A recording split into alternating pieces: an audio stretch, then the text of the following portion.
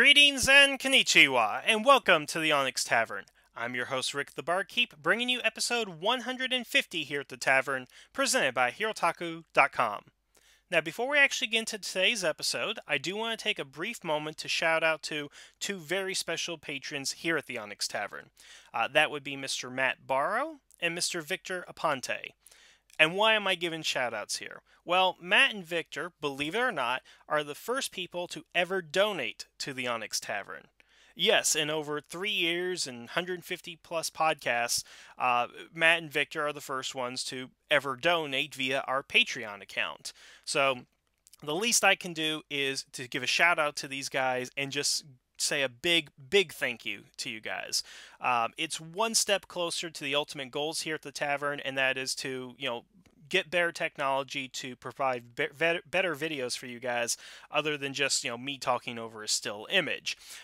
So every little bit helps, and I definitely want to go ahead and thank you as best I can. So here's shoutouts for you guys, and as promised, your names will be added to a title card at the end of the video as part of the new ending credits for the Onyx Tavern. So again, thank you. And for those of you who are listening who have not donated to the Onyx Tavern, you may do so by going to the Patreon account, for which we do have a link down below.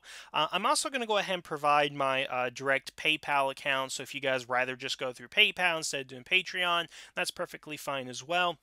However your donation gets here is going to be fine, and I'm going to give you guys multiple ways of doing that.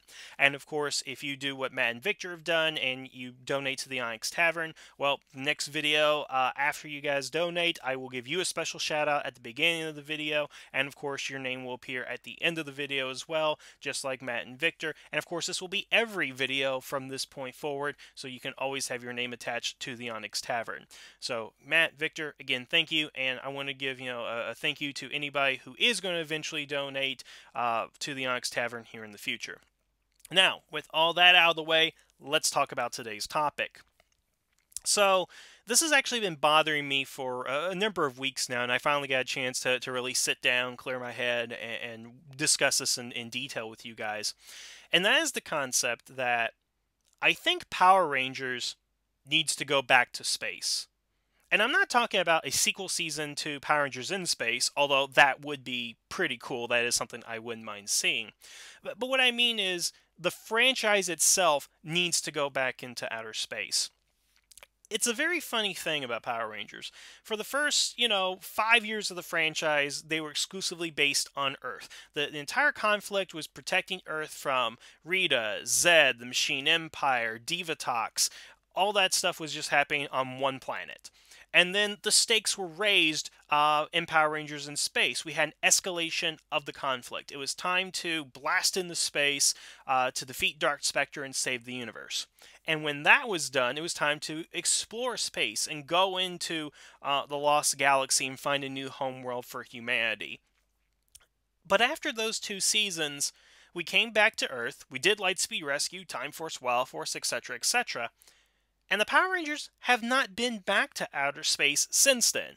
True, they have traveled to other planets and different worlds and dimensions and yada yada and all that kind of stuff, but we haven't had a true space season since Power Rangers Lost Galaxy.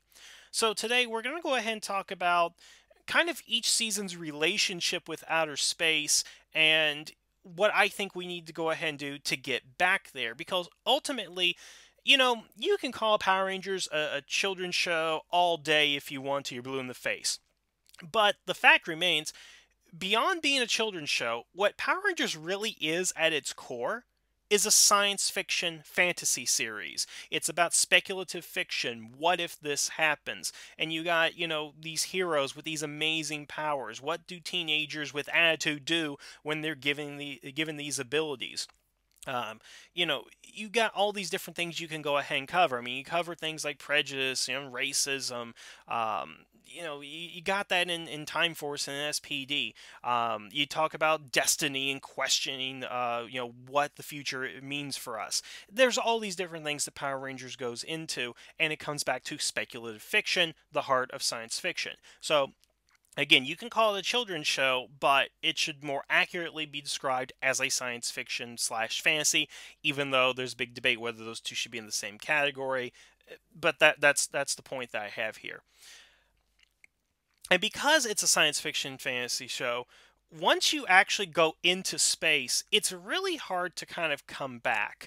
I mean, imagine, we went through, what, five Star Trek television shows, and we're about to get our sixth. I think I decided next year or the year after or something like that. Relatively soon, we're going to get the sixth live action Star Trek series. Now, how pissed would you be if the next Star Trek series took place on Earth and they never went into outer space? That would kind of piss you off a little bit, wouldn't it? Because the whole premise of the show is about being in outer space. The show, if you want to take the entire franchise and bundle it up, it's basically the exploits of the United Federation of Planets between the 22nd, 23rd, and 24th centuries. And yes, if you want to get technical, it wasn't the Federation during Enterprise, but again, that's a different subject altogether. That's what the franchise is about. Now, what is Power Rangers ultimately about when you break it down like that? Because it was about five teenagers with attitude fighting a sorceress who wanted to conquer Earth. That's what the original premise was. But as we've escalated the conflict and we've gone beyond that, it's become something grander. It is, again, not just those five teenagers and what they're up to, but it is about an entire universe, and in some cases two universes, of Power Rangers and how they ultimately fight evil across space and time. It's a funny thing because, again, we start out with the five Rangers, and then as we go on, it's still just one faction attacking Earth. First season it's Rita. Second season, here comes Lord Zed. In the third season, Rita Zed's still there, but Master Vile comes in after conquering his own galaxy. Something interesting happens during Mighty Morphin Alien Rangers when we find out that there are other Power Rangers in the universe. Power Ranger Zeo, we have a machine empire who's conquered multiple galaxies and has made Earth its target. And then we backstep a little bit for Turbo, but we have an intergalactic pirate who's after revenge on the Turbo Rangers. And then again, it culminates to Power Rangers in Space, where the entire universe is at stake, and it's up to now six, I wouldn't call them teenagers, but six adults, to stop that invasion and save Zordon, which they ultimately did not do, and bring peace to the universe. And that seems like the ultimate conclusion of, that the Zordon era, is that you start out small, you got big, and now here's the entire universe as our playground, and this is where we're going to set stories from. What's actually great about Lost Galaxy is that they continue that space theme with a whole new setting. They get away from Earth, and we tell interesting stories that you could have not told with a terrestrial-based Power Rangers series. Because here's the thing about Power Rangers in Space: once once Power Rangers in Space ended, once Countdown to Destruction happened, the natural question becomes, what is Earth like now? Because it's something that was never really discussed within the canon of Power Rangers. There are tons of movies out there where an alien is introduced, or alien life forms are introduced, and we spend the entire movie figuring out what people's reaction is to that. How does aliens invading Earth affect everybody around you? We saw this work in Independence Day. We looked at how it affected those idiots in Contact. And of course, we're going to be exploring that a little bit more in Batman vs. Superman coming out later this month. Because, of course, it's Superman's involvement and General Zod that results in Batman coming out of retirement and everything he's going to go ahead and do in that film. So how does Rita attacking Earth affect people? How does them knowing that there are alien rangers from another planet coming to defend them affect them? How does an empire made completely out of machines affect people on Earth? And how does the entire planet being conquered one bright sunny afternoon affect people at that point? We never see in the Power Rangers universe how this affects them. How do people react to these alien invasions? How does this affect nations? How does this affect people's religious beliefs, political affiliations, how they treat their family, how they treat life, and all that? Once you introduce aliens into the equation, then you open up you open up a Pandora's box of possibilities of what this means for people on Earth. Now, we never explored that within the first 5 seasons, but once we got the Power Rangers in space, we didn't really need to deal with that issue because we were not on Earth.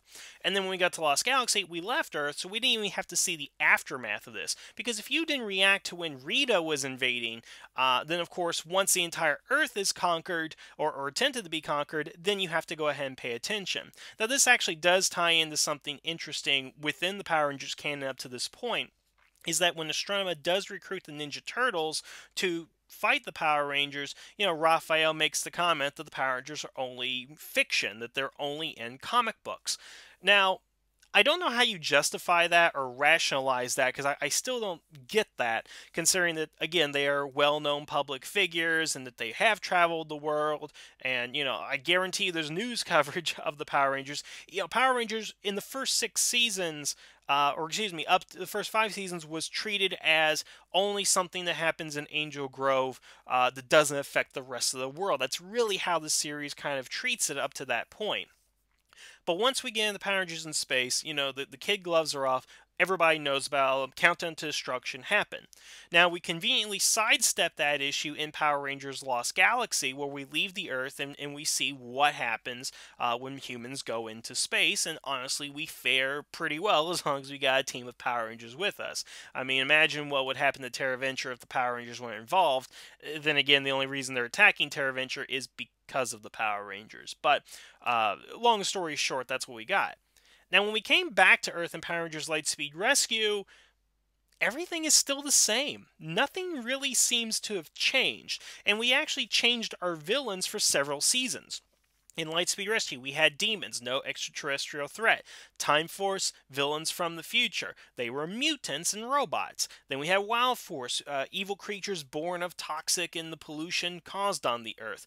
Even Power Rangers Ninja Storm, which did feature aliens, our main threat is also from Earth. And in Power Rangers Dino Thunder, our main villain is from Earth as well. So, for about 5 seasons after Lost Galaxy, we kept things pretty concise, pretty consistent to just what's going on Earth, but never addressing what that means to the Earth. I mean, how can you have a character in Power Rangers Lightspeed Rescue say there's no such thing as monsters after an alien invasion? I know that's probably a result of them trying to say the other seasons don't exist, we're trying to do standalone continuity, which is odd considering that line is an episode that's crossing over with the Galaxy Rangers, who were crossed over with the Space Rangers, and it's all directly tied together. That really makes no sense, and I'd like to talk to whoever wrote that line. The point being is that it seems that despite all the amazing things that have happened, humans don't really care about what's happening about aliens, that they're still tied into their own little world. And as we continue throughout the Power Rangers seasons, at least the ones taking present in the contemporary time period, we'll talk about SPD here in a minute, they're not really concerned with aliens. Even up to the point where in Power Rangers Megaforce, the thought of an alien invasion is just bewildering to them. Is that they couldn't imagine an alien invasion, don't really know how to react to it if we have any indication of what happened with the Armada. And the Armada is something I want to talk a little bit more in depth about when we get here. Now, actually, when we do look at the future of Power Rangers, we do see how the world is. We know that in SPD that, humans learn to live with aliens. Now that, to me, would also suggest that if you learn how to live with aliens, then you must have learned to live with everybody else on the planet. I mean, something happens between 2005 and 2025, which is where SPD takes place, in which I don't know if there was this great epiphany on the entire planet, or how we united, and if we're building up to that in future Power Ranger seasons. But something happened where they finally realized, yeah, aliens exist, so by the time that SPD takes place, it's commonplace, it's normal, it's not something to even be commented upon.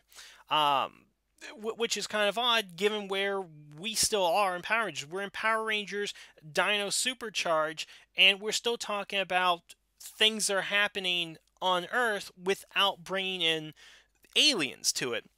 I mean, in Power Rangers Dino Supercharge, Sledge, Heckle, all these guys are aliens, And yet that doesn't seem to phase anybody. I mean, Shelby's not like, oh, I'm a Power Ranger, I'm fighting aliens from another planet. Oh my goodness, what's that mean? What planet are they from? What language do they speak? What's their culture like? You know, none of that seems to phase anybody. I mean, they seem to be more concerned about Coda being a caveman than they're concerned about Poisandra being an alien monster. There just seems to be this disconnect between the people of Earth and the rest of the universe. And I don't understand that, which leads me into my next point here, is where does humanity fit on the grand scale of the universe? Because here's the thing. When you think you're the only species in existence, you're going to focus all your attention on your nations, your borders, what's happening with your people. Once you find that there's a greater community out there, then you have to change your focus. You have to change your beliefs, the way that you work, how you handle things like first contact, how do you fend off against alien invasions. Now again, with Power Rangers in space, we get that full-on invasion. So that tells me that after Countdown to Destruction, something has happened. We actually see in Power Rangers Lost Galaxy that we have the GSA, the Galactic Space Alliance, which is a redundant name to be sure, but it seems, based on that humans have established something, that you got multicultural people working in the space station to go out into space to explore the world. And if the backstory of the Lost Galaxy is to be believed, and it does take place in the year 1999, that Terra Venture was being built for decades before they actually went ahead and launched it. Because something like that cannot be built in a year, especially after the events of Countdown to Destruction. Again, assuming the timeline is 1998 was Countdown to Destruction, 1999 was Quasar Quest. But not getting into the timeline of that, what it tells me is that at some point after Countdown to Destruction, not only did they complete Terra Venture, but they created an organization to deal with things regarding outer space. Because it seems odd to me they would create something called the Galactic Space Alliance and only have them go to one planet. I mean, it's entirely possible that their whole idea was a colonization effort, but again, that would seem to be part of something other than called an alliance. It would be part of some sort of exploration team, some sort of NASA program, or in this case, NASADA program, which is also conveniently not brought up in Lost Galaxy or any time after that as well, except maybe in stock footage and Lightspeed Rescue. All right, so again, we get to Lost Galaxy, and we know that there is some sort of organization, but when we get back to Lightspeed Rescue and Time Force and all that, we're not dealing with the alien threat, so that's something that's not really brought up. Now, Power Rangers Ninja Storm is interesting because this is, again, first time we actually have aliens coming back. As I said before, their leader is human, Lothor, Kia. He was originally human, but he went into space, and he was able to bring some aliens back with him. Now, it's odd to me that Lothor is able to stay in his spaceship the entire time of the series, and there's no consequence to that. Now, why I find that odd is that if Earth was invaded, let's say our contemporary world, if Earth was invaded tomorrow, and we were able to fight off the invasion, Power Rangers or otherwise, don't you think that we would have some sort of safeguard in place so that if some unidentified alien spacecraft was to enter our orbit again, that we would have, an early warning system, some sort of detection software, a defense system built to prevent us from being attacked. None of that is present in Power Rangers Ninja Storm when Lothor arrives back on Earth. And he's able to stay up there the entire time without nothing happening. Logically, the Galactic Space Alliance, Earth, whoever's in charge at this point, should have been alerted to Lothor's presence and either try to make contact with him, treat him as an alien species, or try to shoot him down. How come that never happens in Power Rangers Ninja Storm? Why is that never addressed? Why is that never brought up? How is it that after an alien invasion and traveling to another planet that we don't address the elephant in the room, that there is an alien there and we're not doing anything about it? Power Rangers, let's see. Operation Overdrive, we get invaded by, the Fear Cats and Multor and Florius and all that. I mean, how's Miggs and Bigelow, I believe that's their names, the Fear Cats, able to get on Earth in the first place? Because let's consider this. A country is invaded or attacked by another. When you have peaceful relations or you put up some sort of border defense, you have to find some way of screening these people out. In America, if there is the slightest hint that somebody's in this country illegally, we bring down the full force of the government to get those people out of here. Right or wrong, mostly wrong, that's what happens, okay? So why is it in Power Rangers Operation Overdrive that when two undocumented literal aliens show up on Earth, nothing is done about it? We never see any type of extraction force or the government's trying to apprehend them at any point. To them, they are just two alien monsters, who are just showing up and wreaking havoc, and we're not going to do anything about it. I mean, we've moved past the days of where the Angel Grove Police Department and the military are ineffectual and can't actually do anything. We're at a point in Power Rangers history, 15 years in the Power Rangers history, mind you, where something should be put in place to prevent this sort of thing from happening. Say what you will, they might not be able to go ahead and defeat mutant threats or org threats, but look at Power Rangers Lightspeed Rescue. The government had a plan in place to stop demons if they ever escape from their tomb. Now look at that in the grand scope of the Power Rangers universe. You have an entire organization that builds a secret military base underwater, builds Zords and suits, cyborg rangers and vehicles and weapons, just to fight a demon faction should they ever arise again. And that's if, again, if these demons would ever come out, we have an entire organization and plans ready to go ahead and defeat them. And that's some great forward thinking. But what if the demons were never released? What if we never got a Lightspeed Rescue series? Then what would the abilities of Lightspeed Rescue be used towards? I would certainly hope that they would be used towards fighting aliens. Maybe that was the original purpose of Lightspeed Rescue, and when the demons came out, they repurposed it because of Mitchell's personal vendetta against them for taking Ryan. Now, that's, of course, speculation, but why do we have an organization in Power Rangers that's dedicated to fighting a single set of demons in a single town, as opposed to maybe just fighting alien threats from around the world? And if you will notice, in Power Rangers Super Mega Force, when Carter and Dan show up, still in their Lightspeed attire, obviously they're still working for Operation Lightspeed, we have no mention of them fighting the Armada until the end of it. But again, you guys know my theory on Megaforce, but for the purposes of this video, we're just going to pretend that Megaforce is as it exactly happens, so no fan theories here. For the most part. So why isn't Lightspeed Rescue shifting its focus to work on, what's going on with the Armada? Or are we to assume that they think that the demons are going to be coming back again? Again, that doesn't make much sense. Even when we get to Power Rangers SPD, which again takes place 20 years in the future at that time, and it's now less than 9 years in the future from the day I'm recording this video, we don't get a sense of who is protecting or who's organizing Earth. The funny thing about SPD is that SPD seems to be a galactic operation with an outpost on Earth. That what's happening with the SPD Rangers is under jurisdiction of Space Patrol Delta, which seems to be an independent organization and not the linchpin in government operations or part of an official government. We never hear in SPD that it is Earth who is protecting this or that these other planets are involved in this coalition or anything. It's always SPD, and that SPD cannot send reinforcements. Considering the final episode of Endings, that they said that they could not send help to Earth because it would take too long to get there, despite the fact that they do eventually send some help in the form of Sergeant Silverback and Birdie Fowler at the end. But what about other teams that have been able to go ahead and help? Consider, again, if we take a look, let's look in the past of the series. 30 years prior to that, in the 1990s, you had the Alien Rangers who were able to come to Earth from Aquitar in 5 minutes to go ahead and help the Power Rangers. You had Trey of Triforia, who's able to travel, faster than the speed of light to go help the Rangers on Earth during Power Rangers Zeo.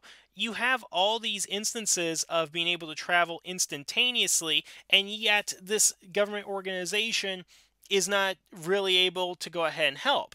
So is Aquitar not part of SPD? We know KO35 is at least part of SPD, or they have a facility on KO35. And, it's been established that the Rangers can travel pretty quickly from KO35 down to Earth. So the point I'm getting at with SPD is, it seems that Earth as a whole doesn't have a plan for preventing alien invasions other than letting SPD take care of it. And also remember that block at the wormhole that was preventing Grum from getting through. That was SPD that was doing it. That wasn't Earth that was doing it. And again, SPD seems to be more of an outpost on Earth as opposed to being part of an official Earth government. Now, let's finally get to the point of Power Rangers Megaforce and Super Megaforce. Again, as I've stated, we had an alien invasion on Earth. Multiple times we've had aliens come to Earth and try to take over. And yet, the War Star are able to stay up in space and nobody ever bothers them. The Rangers just react to what's happening. And yes, you can say that Gosei is like, we're not going to go up there. We don't have the ability to defeat them with their own ship, which you totally can do. So, I mean, you can go ahead and write that off, just Gosei being Gosei. But what about the Earth? What about Lightspeed Rescue? Where are their defenses? Aren't they going to do anything to prevent this from happening? Don't they say, hey, there's an alien spaceship up there and they're sending down monsters. We need to go do something. Why has Earth not made any defenses 20 years after Rita's initial invasion? Because again, I can see for the first several years they don't know what to go ahead and do, but after Countdown to Destruction, the War Star should never even be able to get close to Earth. And then let's talk about the Armada and what the hell's going on there. Why is it that the Power Rangers, the Megaforce Rangers at that, are the only ones who are fighting them off? Now, the Armada is never given an official political tie. When we look at Sentai, and this can apply to Sentai as well, but I'm specifically focusing on Power Rangers because I have a more awareness of the Power Rangers universe. I'm still catching up on a lot of what's going on in Sentai. But in Sentai, they were the Zanyak, who are the Armada's equivalent, were looked at as a legitimate empire, that they were a legitimate power. Basically, when we look at people like, say Rita and the demons and all that, they're looked at as, terrorists, individuals who have no nation to go ahead and back up what they're doing. But when you look at the Armada, it seems apparent that, just like the Zanyak, that they are a part of some sort of political empire because they have an emperor. And I'm sure somewhere in space they have to be legitimately recognized. Well, if they're legitimately recognized, then they declared war on Earth. Okay, I see, that's the de facto state of war. So if that's the case, where are Earth's allies? Where's the Gold Ranger to help in the forces of Triforia? Where's the KO-35 rebels who've reestablished their government, their homeworld? Where's the alien Rangers of Aquitar and the rest of the Equations? Why is it that Earth is alone in fighting off alien threats and menaces? Why is it we always have to protect ourselves, but nobody else comes to protect us? I mean, yeah, we got the Gold Ranger and the Alien Rangers to help us, and yeah, we only help the KO-35 rebels help get their home world back, but nobody can lift a finger to come and help us. And the same thing with Sledge. How is he even able to orbit Earth without being detected or shot down by anybody? Because you can even argue that in contemporary times, if the United States ain't going to shoot anybody down, I guarantee you Russia or China or somebody's going to try and shoot down an alien spaceship, bounty hunter or not. And again, the grander thing, what is Earth's place in the universe? Where are they in the galactic scale of things? Are they pivotal to the politics that are taking place throughout the universe now? Or are they looked at that as that little backwater planet that we don't give a damn about? Because it seems to me that Aquitar, KL-35, Triforia, even Andrasia, those all seem to be somewhat important planets throughout the Power Rangers universe in one capacity or another. And yet, we never hear about them in later seasons. We get maybe offhand references and glimpses of a couple of their species in background shots, but where are they? What are they doing? What are our interactions with them? What is the state of relations between Earth and Aquitar? Were the Alien Rangers vigilantes who were going against the wishes of the ruling government of Aquitar? Or are all equations good? Because also keep in mind, we sent Billy to help them in the Dark Water Wars. So what? They should be indebted to Earth now because they had one of our citizens help them, right? And let's look at Triforia. I believe Trey is the Lord of Triforia, that he rules the entire planet and has at least a lineage. And if it's not Trey that's the Gold Ranger now, one of his heirs or descendants are probably the Gold Ranger at this point. So if Trey goes out and wants to help other planets, he has an entire empire, entire planet at his beck and call to help him. So why doesn't he help off fight the invasion of the Armada, or against Sledge, or against Lothor, or the Fear Cats? Who the Fear Cats are known by the Mercurians as being, galactic troublemakers. I just don't understand, why is it that we were in outer space, we did all this crap, and now nobody's helping Earth, and people on Earth don't even care about it. I mean, it just seems like everybody's got this blasé attitude about, hey, we were invaded by aliens. Oh, well, let's go back to work, Joe. I don't get it. And that's why I think we need to go back to outer space. Here's my ultimate point. We've gotten to a point in the Power Rangers universe where alien invasions are common. We need to do something to address that. We just can't say, oh, there's an alien spaceship orbiting Earth, and we're just going to let them do whatever. You can't have it where you've had this massive invasion and nothing happens. I mean, heck, I talked about Independence Day at the beginning of this video. Resurgence is coming out this summer. Now, you would assume that after the events of ID4 that they would chalk up their Earth Defense Force, reverse engineer technology to, improve planetary defenses, improve the quality of life on Earth, which is exactly what they do in Resurgence based on the trailer and what we know of the film. Now, how would it be if Resurgence started out with 20 years after the invasion by the aliens, everything is the same, and we didn't change a damn thing on Earth? Man, you'd be pretty pissed off about that, because what was the point of the first movie and having a sequel if they're not even tied in together and we learn nothing? And that's ultimately what's happened in the Power Rangers universe, is that we've learned nothing from going into outer space. So maybe it's time we go back into outer space, learn those lessons again, and show how Earth is being tied into everything. I know the next season after Dino Charge is going to be Ninja Steel, and part of the premise is that it's aliens from another planet, part of some galactic game show, are coming down to fight the Power Rangers. That's the basic premise of what that show is going to go ahead and be. So are they going to have a giant alien spaceship floating around Earth and we're not going to do a damn thing about it to stop them this time? Again? Or is the series actually going to address that these aliens are trespassing and that, we're not going to let them in, we're going to shoot them down? Because the problems of aliens on Earth and Earth's place within the universe goes far beyond what the Power Rangers are and what the Power Rangers are capable of. We should not be having 3, 5, 6, 7, 10 people fighting an entire alien invasion on their own without the help of the government.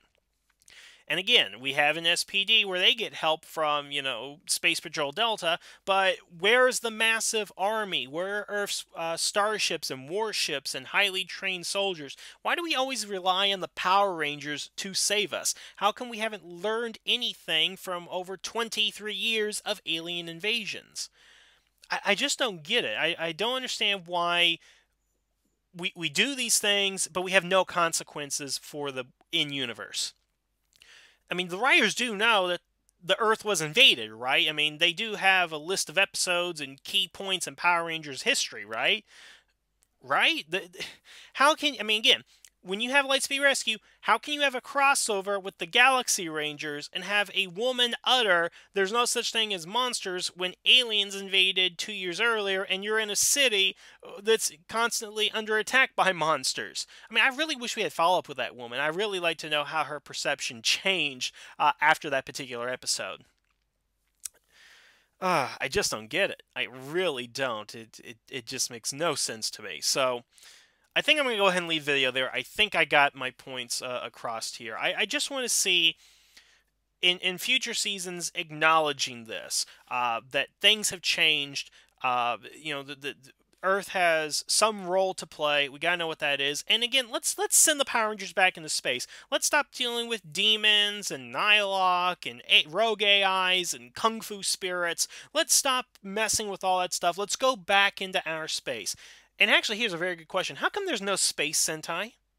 Really, why is there no Space Sentai where they actually travel into outer space and fight threats?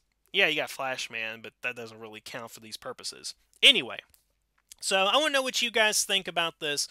Should the Power Rangers go back into space as part of a full season? How should we tie in alien threats and our place in the universe in the future Power Ranger episodes and seasons? I would like to know your all's thoughts about this, so please leave a comment below and let me know. Otherwise, I want to thank you guys for listening. Have a good evening, and the tavern is now closed.